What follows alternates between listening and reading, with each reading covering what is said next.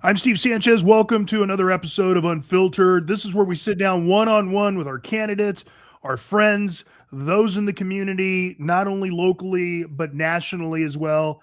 And I've been waiting to hang out with this gentleman. He's been on my radio show multiple times. I don't think he needs an introduction because you all know who he is. He's getting a tremendous amount of viewership from his social media platforms, from rags like TMZ. There's a lot of reasons for that. We're going to break that down here over the next 20 or 30 minutes.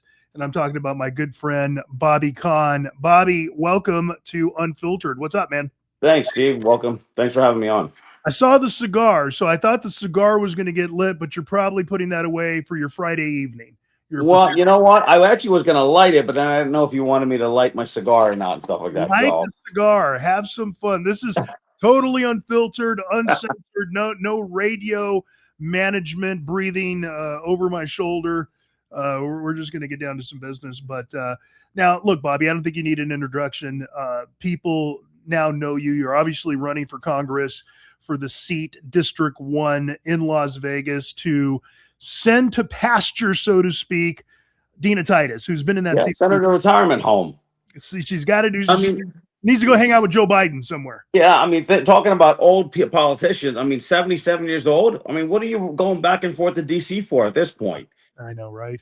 Like, I mean, take your dentures out, put them, take your vitamin C or whatever you want to take, your Centrum Silver, and just sit at home. Did you see her the other day? She was coming out of, I don't know where it was, and she certainly doesn't look in real life like the pictures and the images she's putting out there on the socials, right? Well, I don't know if you saw my post. I did a post. So I did an event, and the event, it was a parade. Okay. So it was a St. Patty's Day parade, and she comes out, and then, I have the make Vegas Vegas again Bobby Walk song, right? Right. So there was a group of like 20 cheerleaders that were dancing to my song. So she comes out, and all of a sudden she sees all these girls in the middle of a parade dancing to my song. Then she sees union workers hanging out with me. And remember, she's supposed to have the support of the union. And the union workers are like, Bobby, we support you. But unfortunately, our boss makes us stand with her. But we're going to throw a barbecue for you, right? So she gets pissed and she goes stands there. And one of my people walks up to her and says, hey, Dina, can I take a picture with you? And she has no clue. She's that oblivious. And whoever her campaign manager, whoever it was, kept screaming, incoming, incoming, incoming, right? Dina takes a selfie. Well, my person is wearing a shirt that says Bobby Kahn for Congress. Yeah, I saw that. I was dead. I took the picture and I posted it.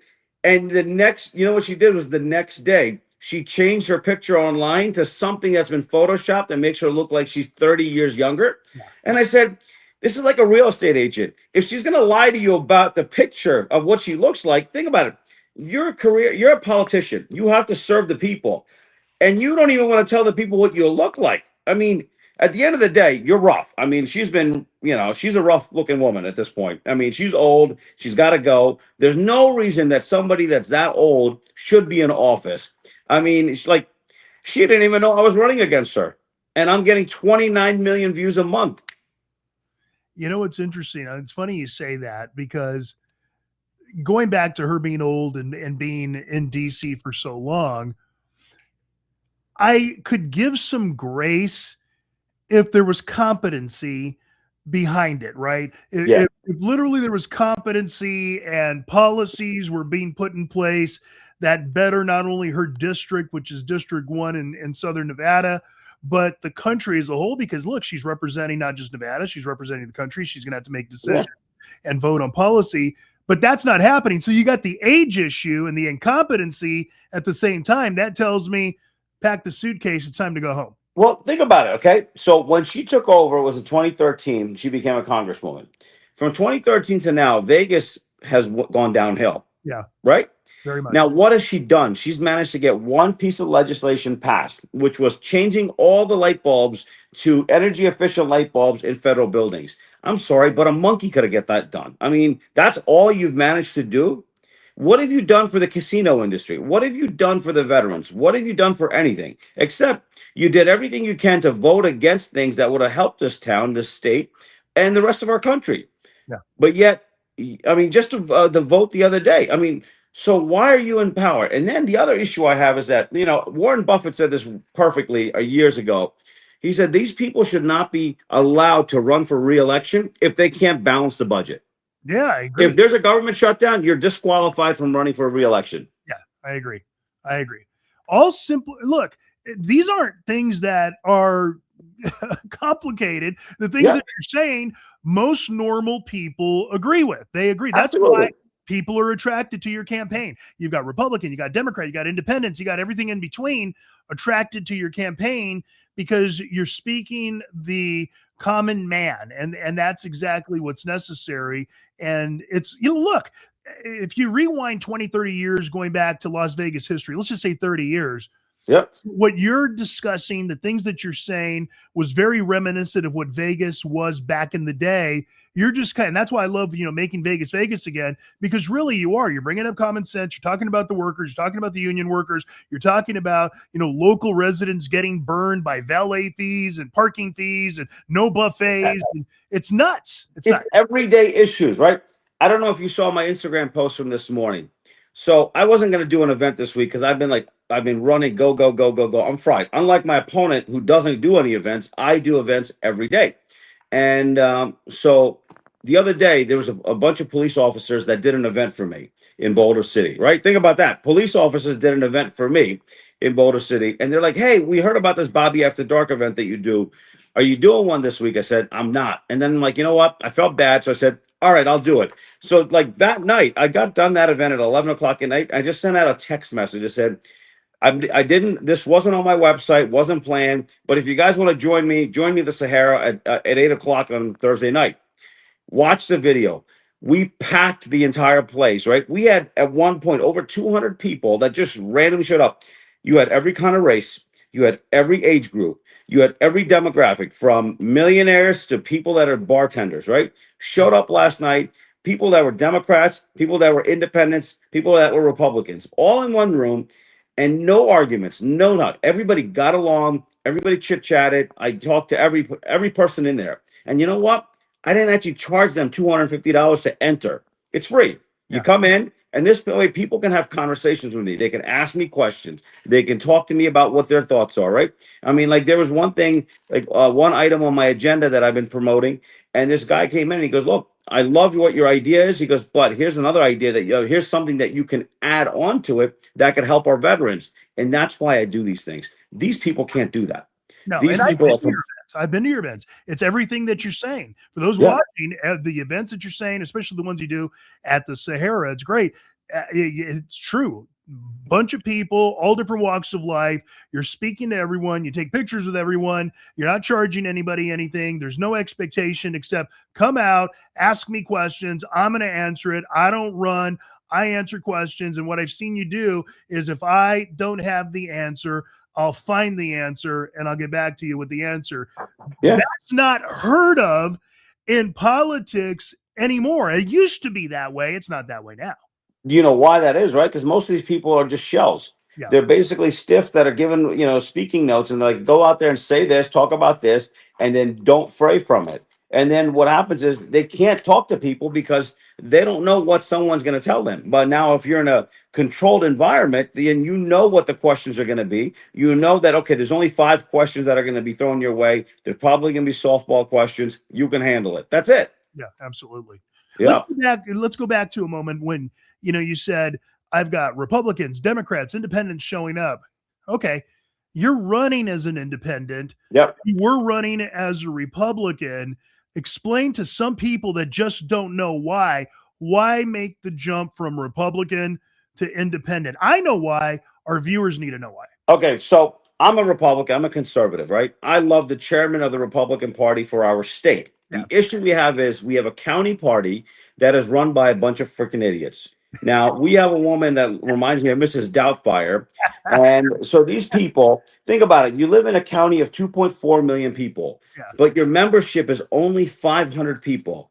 Why is that, right? It's the same 500 people over and over and over again. And they're the establishment. They're the rhinos. Yeah. And what they did was when I decided to run, they realized I'm somebody that they can't control.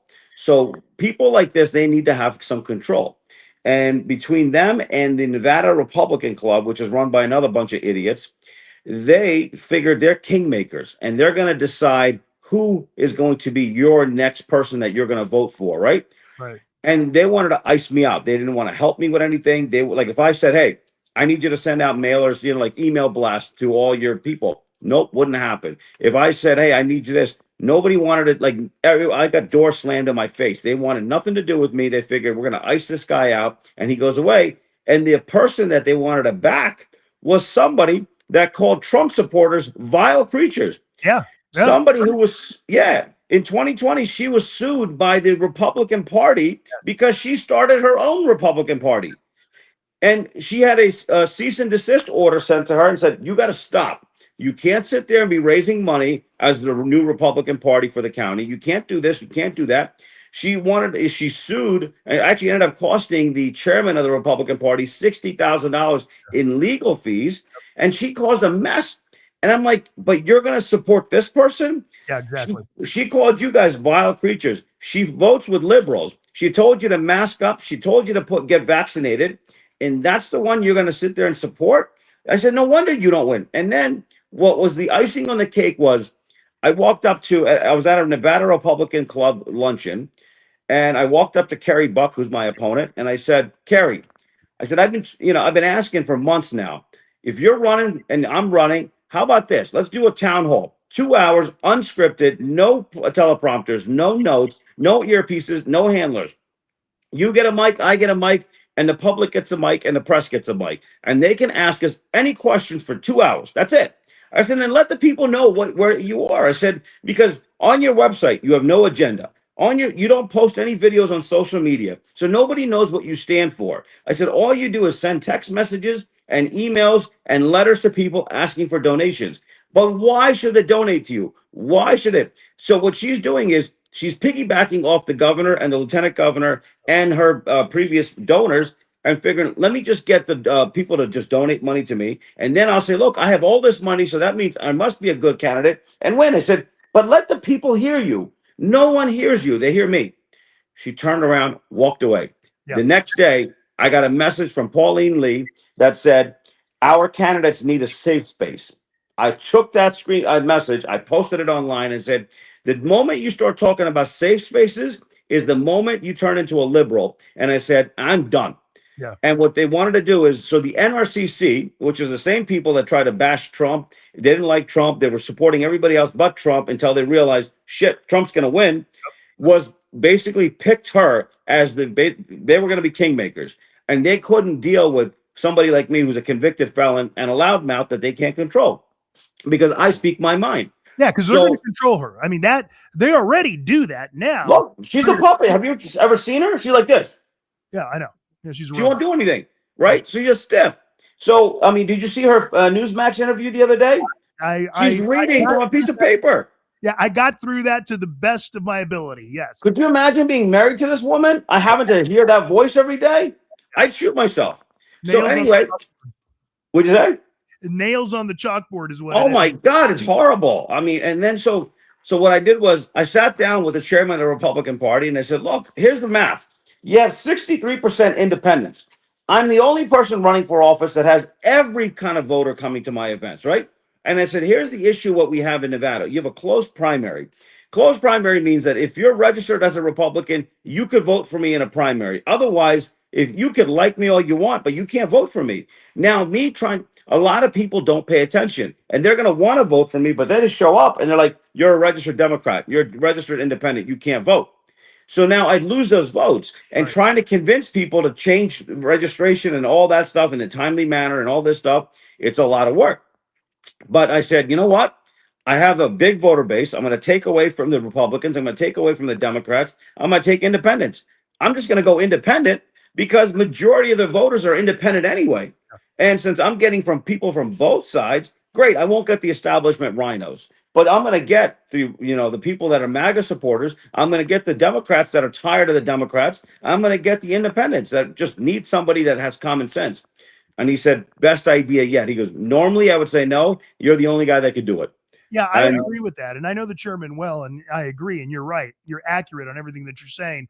And the registrations for nonpartisan independent in Nevada outpaces the Republican registrations and outpaces the Democrat registration.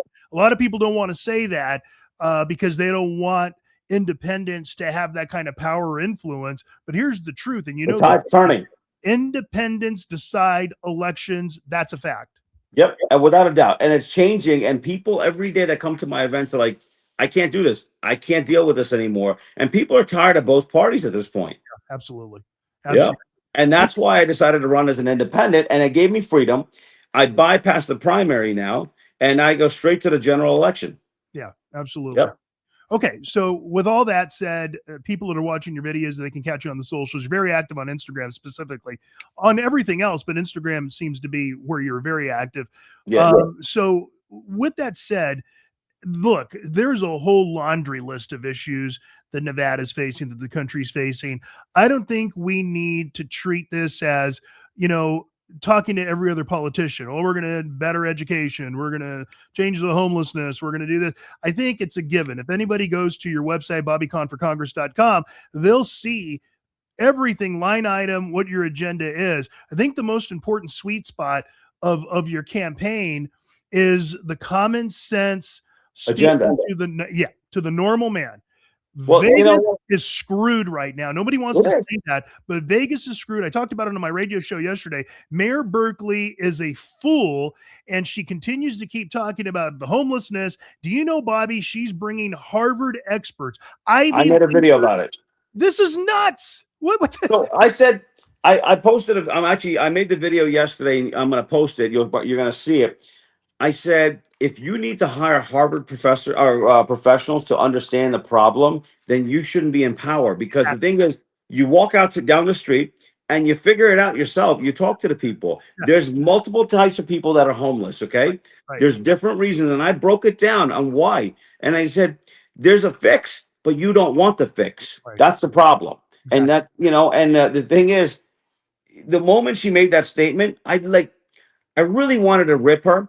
Yeah. Really rip her, but I was like, you know what? I'm gonna bite my tongue right now because I'm gonna just, I'm gonna show the respect, but I will make a comment on that how this is bullshit. And I said, give me 30 days, and just I'll sit with me. Let me swap places with you for 30 days and see what we could do with that. Yeah, I ripped her for you. I ripped her forever. Yeah, I know that exactly. Yep. I just. Because there becomes a time when the spirit of stupid resonates. And to me, this is the spirit of stupid. A year ago, she talked about homelessness. She talked about the city's growth problems, parking. And here we are a year later. It's the same issues. Same issues. We're on the soapbox. We're going to do this. We're not going to let Las Vegas become San Francisco or LA. But guess what? I'll be the first to say it. Las Vegas is starting to go down the road of San Francisco and Los Angeles. No matter how much we want to deny it, it's true. It is. I mean, think about it. It's getting worse and worse. And you know what? I do respect the independent casino owners that in the last couple of months have come out to me, started talking to me, started listening to me. I don't know if you've been noticing, but I've been posting on my page. Now there's casinos that are posting price drops, doing away with resort fees, doing away with certain things. And that's a step in the right direction, because at the end of the day, we have 5.5% unemployment, the highest in the country at the moment. We have all kinds of things that are, affecting this place negatively, and there's a lot of the homelessness issue is due to the fact that people can't afford anymore. What these big corporations are doing is instead of firing people, they're bringing their hours down to 5 hours a month or 5 hours a week. And these people are like, we can't afford our rent. We can't afford our mortgage. They end up going homeless. Yeah, absolutely. Or they bounce out of the state, and then we lose that tax base, and it's a big problem, and it's continuing a big problem. See, and this is a lot of people were against me when I talked about the film industry, and I don't know how you feel about that. It's not something really in Congress you can have a decision on. That's more of a state issue. But I talked about the film industry and how Las Vegas and Nevada as a whole needs to attract other business.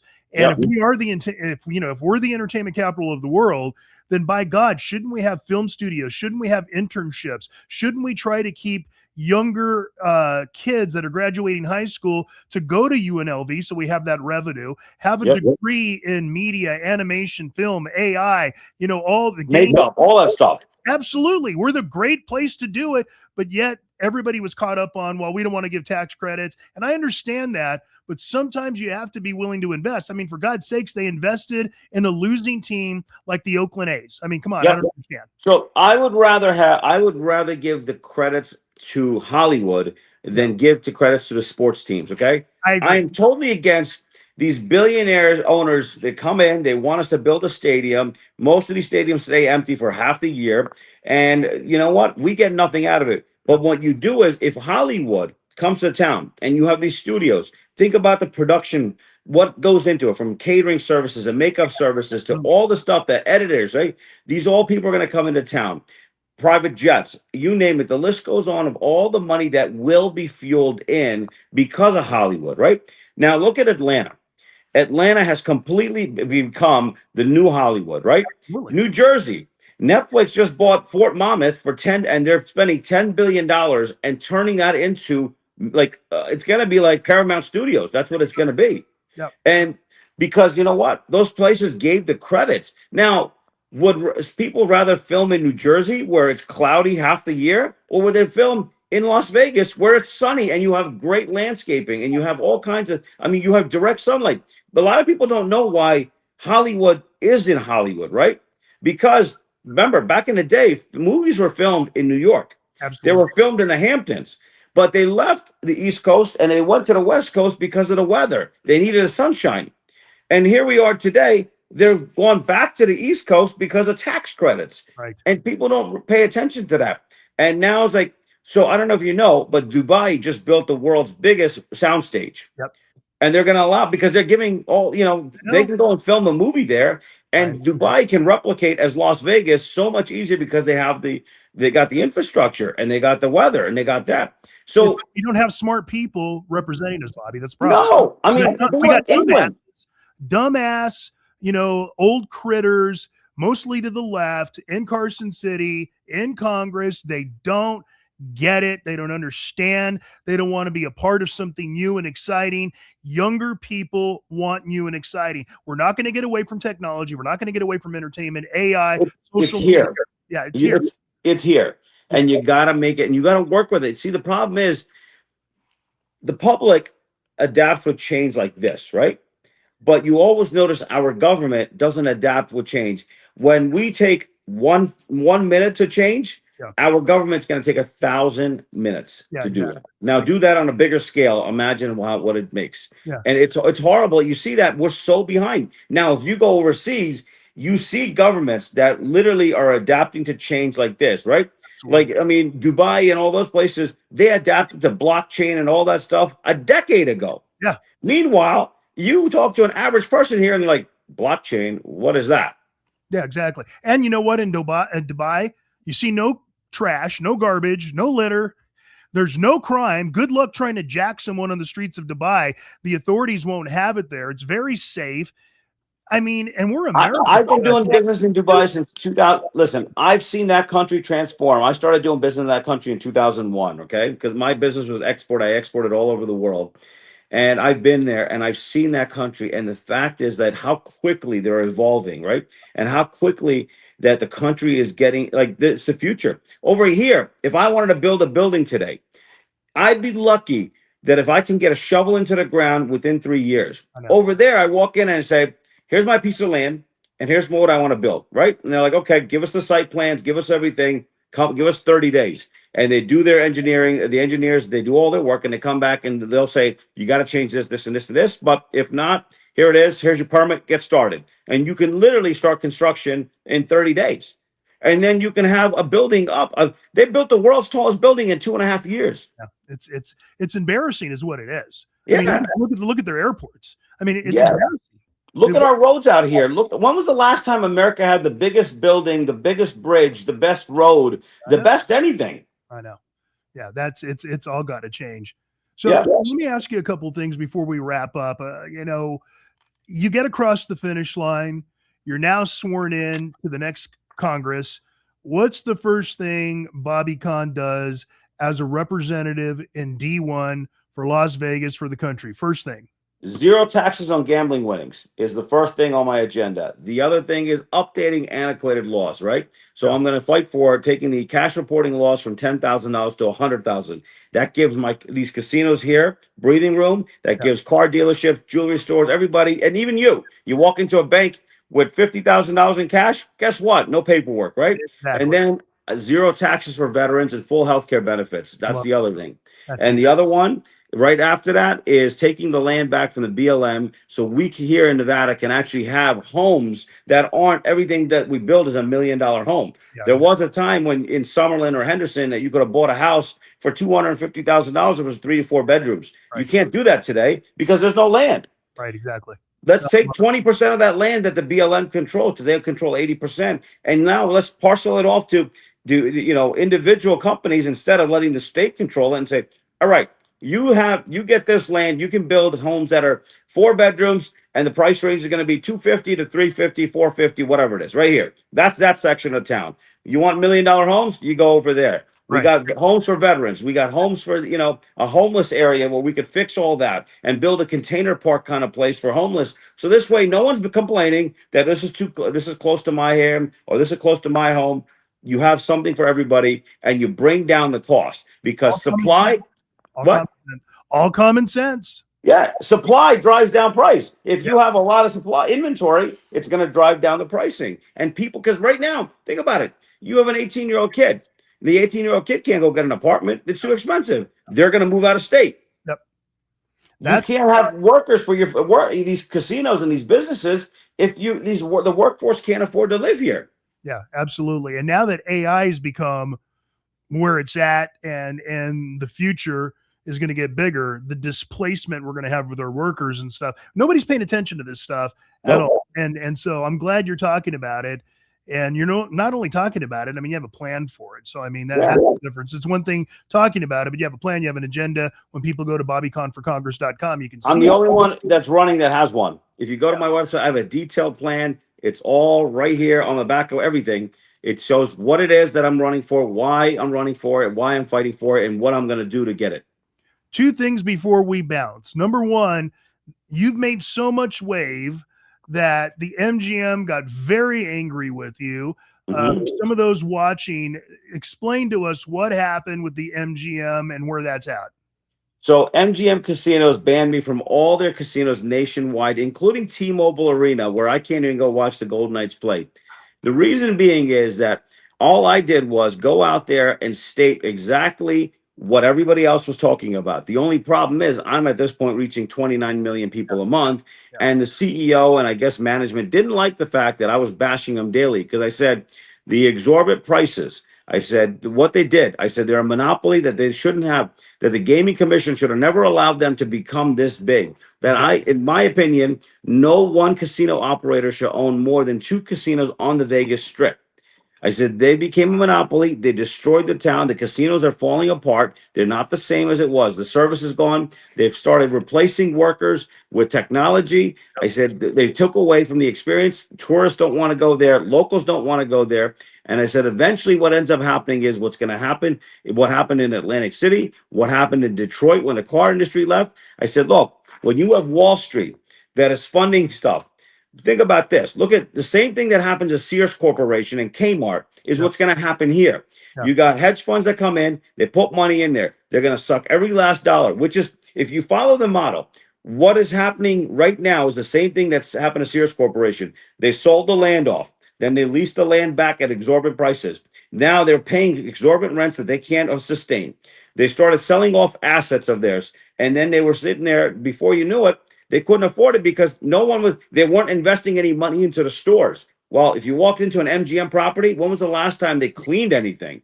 Or updated? Nothing. And eventually, totally outdated bathrooms, furniture. It's nuts. The places need to be gutted, right? So I said, you're not investing. And what's happening is not one politician is seeing 10 years from now. What ends up happening is eventually, once they've sucked every last dollar out of it, they're going to dump it like a tiger dumps a carcass for an animal. They got all the meat off their bones and said, but for you and I, $30 billion seems like a lot of money. But for a Wall Street fund that has 5, 6, 700 billion dollars, that's a tax write-off. Exactly. They're going to, at that point, they're going to dump the assets. move away, and they'll be like, okay, you know what? And now you're going to have empty casinos sitting on the strip. If they shut down 3 of those casinos, have you seen the Excalibur? Oh, That place reeks. yeah, And you dump that one. You close down Luxor. Let's just say 2 casinos. That's 10,000 employees, right? yeah, gone. 10,000 employees that don't get paid. Then on top of that, all the companies that are vendors for those properties. Now they have to lay off people because they've lost business. You know what happens when that starts happening? The state of Nevada is going to turn around and say, we now need income tax because we Yeah, need to sustain. that's And what'll they happen. said, yeah, now you're going to drive down the strip with empty casinos sitting there. You're paying income tax. What is the reason we live here? Because we don't want to pay income tax. We live here because it was a vibrant city, but no one's paying attention because everyone's going to be gone in 4 years. The CEO is going to get a golden parachute. He'll be gone. The Yep. governor and lieutenant governor and everybody, they're going to retire, move on, and they'll sit on boards of companies, and they don't give a shit. Yeah, They got millions. that's the truth. And you're right. Look, going back to Atlantic City, that is what happened. I mean, Yeah. that is exact. And I mean, these people are idiots. Follow the freaking model. That's what happened. And I'll tell you, Bobby, I'm glad you've been saying this because I've been seeing it for years. It's a shit show. I mean, you go into the Excalibur, it smells like baby diaper. I Yeah, mean, absolutely. it's awful. It's horrible. Yep, exactly. And if you don't fix it, we have a problem. Yeah, absolutely. Absolutely. Yeah. All right. One last thing, because I know you've got events and I appreciate you hanging out with us. You've got a busy schedule. You got a birthday coming up. So you got a big celebration. Is that private, or do some people that maybe RSVP get an opportunity to come to celebrate, to get to know you, etc.? Well, I'm having a huge birthday party at the Sahara. It's not a political event. It's just my birthday. We're celebrating it May 23rd. It's going to be at the Sahara at the Azillo Lounge, and it's followed by a concert afterwards by Yachtly Crew. And if you want to RSVP, there's only limited tickets left now. They're free, but there's limited left because we've already had 615 people RSVP Wow. for the party. This is going to be a fun-filled night with celebrities. It's going to be all kinds of fun. Come on out and just enjoy. And you guys get to hang out with me and ring in the next year. That's all. There you go. Well, Bobby, I appreciate you spending a little time with us. It's always great. Of course, we'll have you on the radio show multiple more times, and we'll do a couple of more of these as well. I think it's important to actually get this out there for people that sometimes don't have their ear to the radio. They have their face on the mobile device. They need to know more about you, especially the constituents in your district that need to make a decision. So now you get to officially light up that big cigar.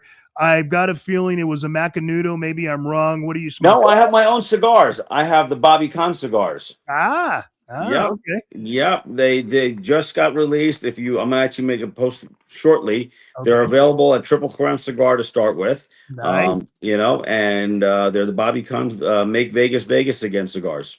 There you go. There you go. Bobby Con, I appreciate it, brother. Thanks for hanging out. Sir. Appreciate it. Take care. All right. Peace. Bye-bye.